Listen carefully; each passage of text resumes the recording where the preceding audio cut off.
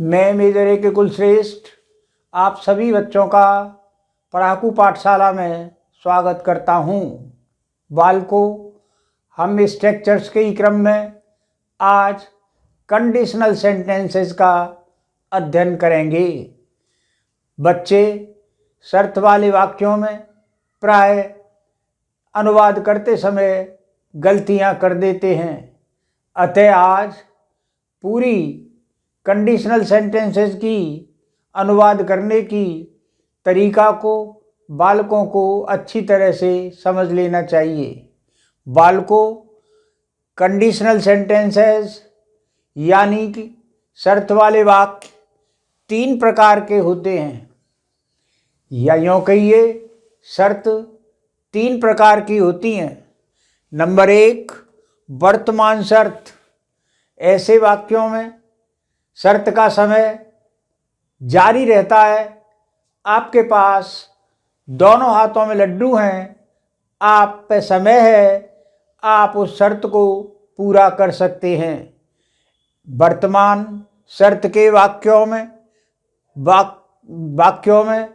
गा और गा की अंत में ध्वनि आएगी। जैसे यदि तुम पढ़ोगे तो पास हो जाओगे। गा और गा की साउंड वर्तमान शर्त के वाक्यों में आती है। बालकों, ये वाक्य 2 छोटे छोटे उपवाक्यों से मिलकर बनते हैं। इनमें एक प्रिंसिपल क्लॉज होता है, दूसरा सबऑर्डिनेट क्लॉज होता है, और ये दोनों इफ से जुड़े होते हैं। पर चूंकि हिंदी में हम यदि वाले भाग को पहले बोलते हैं, तो हम भी इफ वाले क्लॉज को आगे रखेंगे। वर्तमान शर्त के वाक्यों में अनुवाद करने के लिए सदैव ध्यान रखो, जो उपवाक्य, जो क्लॉज इफ से शुरू है, उसे सदैव प्रेजेंट इंडेफिनिट टेंस में अनुवाद करना चाहिए। जैसे यदि तुम पढ़ोगे, यहाँ पढ़ोगे गा आ रहा है, फ्यूचर से कंफ्यूजन मत करिए।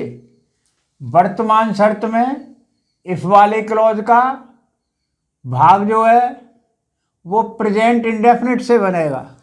तो यदि तुम पढ़ोगे का अनुवाद इफ यू रीड। ध्यान रहे तो की अंग्रेजी सदैव कॉमा लगाइए, कभी भी देन का प्रयोग, THEN देन का प्रयोग कभी मत करिए। प्राय अक्सर लोग बोलते में बड़ी जल्दी से देन लगा देते हैं, जो कि कदापि गलत है। तो इस बात का भी ध्यान रखा जाए कि शर्त वाले वाक्यों में तो के लिए देन का प्रयोग न करें, सदैव कॉमा लगाएं। इसलिए तो के लिए हमने यहाँ कॉमा का प्रयोग किया है।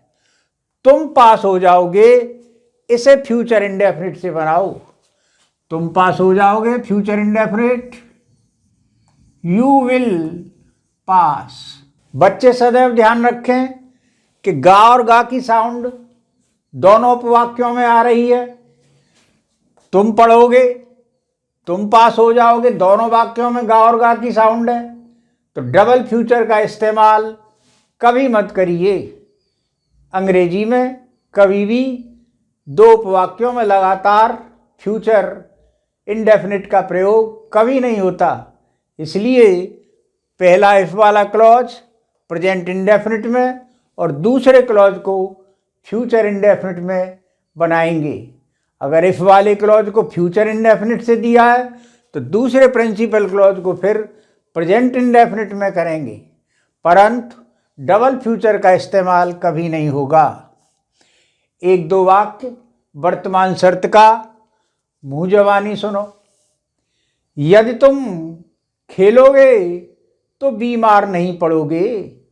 If you play, comma, you will not fall ill. अगर तुम हंसोगे तो वह भी हंसेगा। If you laugh, he will also laugh, comma तो के स्थान पर लगेगा। दूसरी शर्त है बालकों, बीती हुई शर्त। इसमें शर्त का समय समाप्त हो चुका होता है, अर्थात आपके हाथ में से मौका निकल गया, चिड़िया चुग गई खेत, अब पछताए होत क्या। इसलिए इस शर्त में दोनों उपवाक्यों में ता और ता की साउंड आएगी वाक्य के अंत में।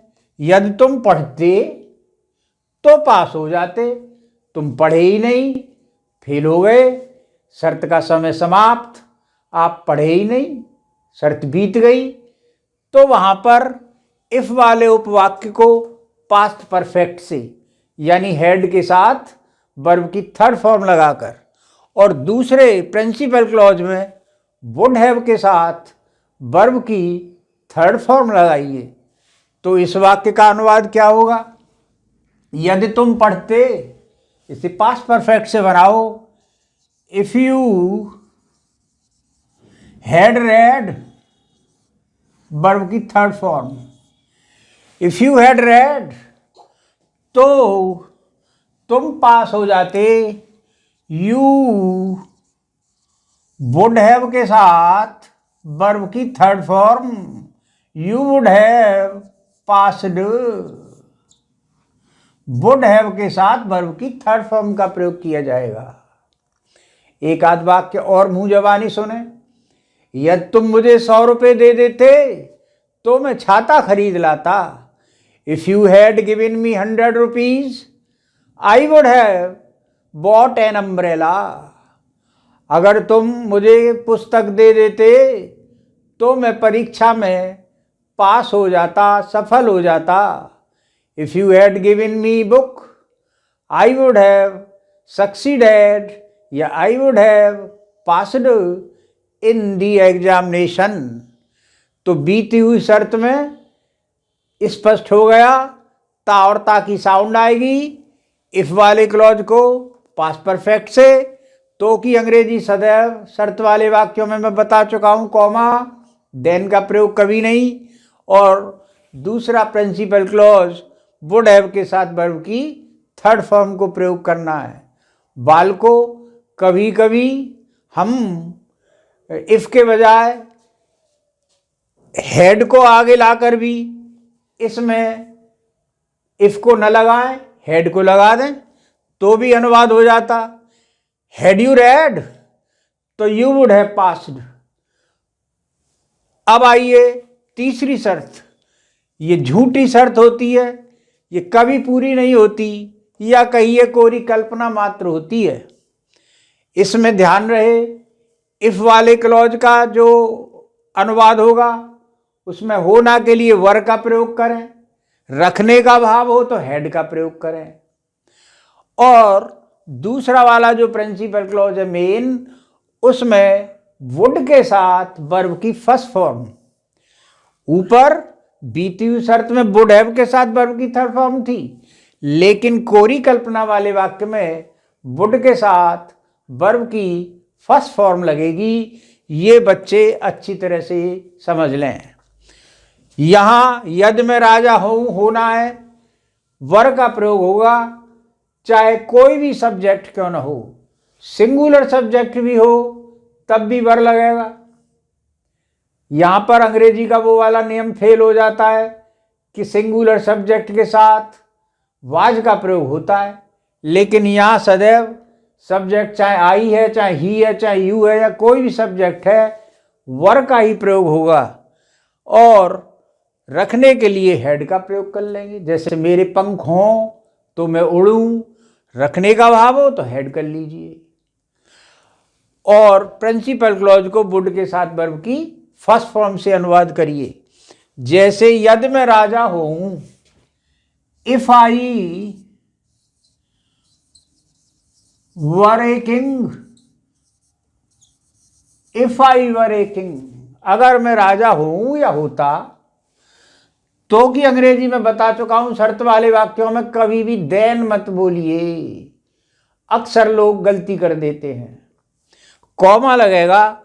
अब आया प्रिंसिपल क्लॉज, तो मैं महल में रहता या मैं महल में रहूं, वुड के साथ वर्ब की फर्स्ट फॉर्म। तो I would live in the palace. Clear. अगर रखने का भाव होता, जैसे यदि मेरे पंख हों तो मैं उड़ूं, if I had wings, wings माने पंख, तो की अंग्रेजी कॉमा, देन कभी नहीं, आई वुड फ्लाई। क्लियर। तो हमें शर्त के वाक्यों में कभी घबराना नहीं चाहिए। अनुवाद करते समय 3 प्रकार की शर्त होती हैं: वर्तमान शर्त, बीती हुई शर्त, झूठी शर्त। उन तीनों के वाक्यों को बनाने के फॉर्मूला, सिद्धांत हमने आपको अच्छी तरह से दिमाग में बैठा दिए। इनका ही पालन करना चाहिए। बच्चे जहां गलती करेंगे वो कॉमा की बजाय देन लगाने से करेंगे, जिसे अवॉइड करना है। आज के कंडीशनल वाक्यों में इतना ही। बच्चों, इनकी प्रैक्टिस खूब करनी चाहिए अपने एक्सरसाइज बुक से, और इनको प्राय बोलना भी चाहिए। बच्चे जब ये करेक्ट स्ट्रक्चर सीख जाएंगे तो वो करेक्ट इंग्लिश ही सदैव बोलेंगे। Thank you.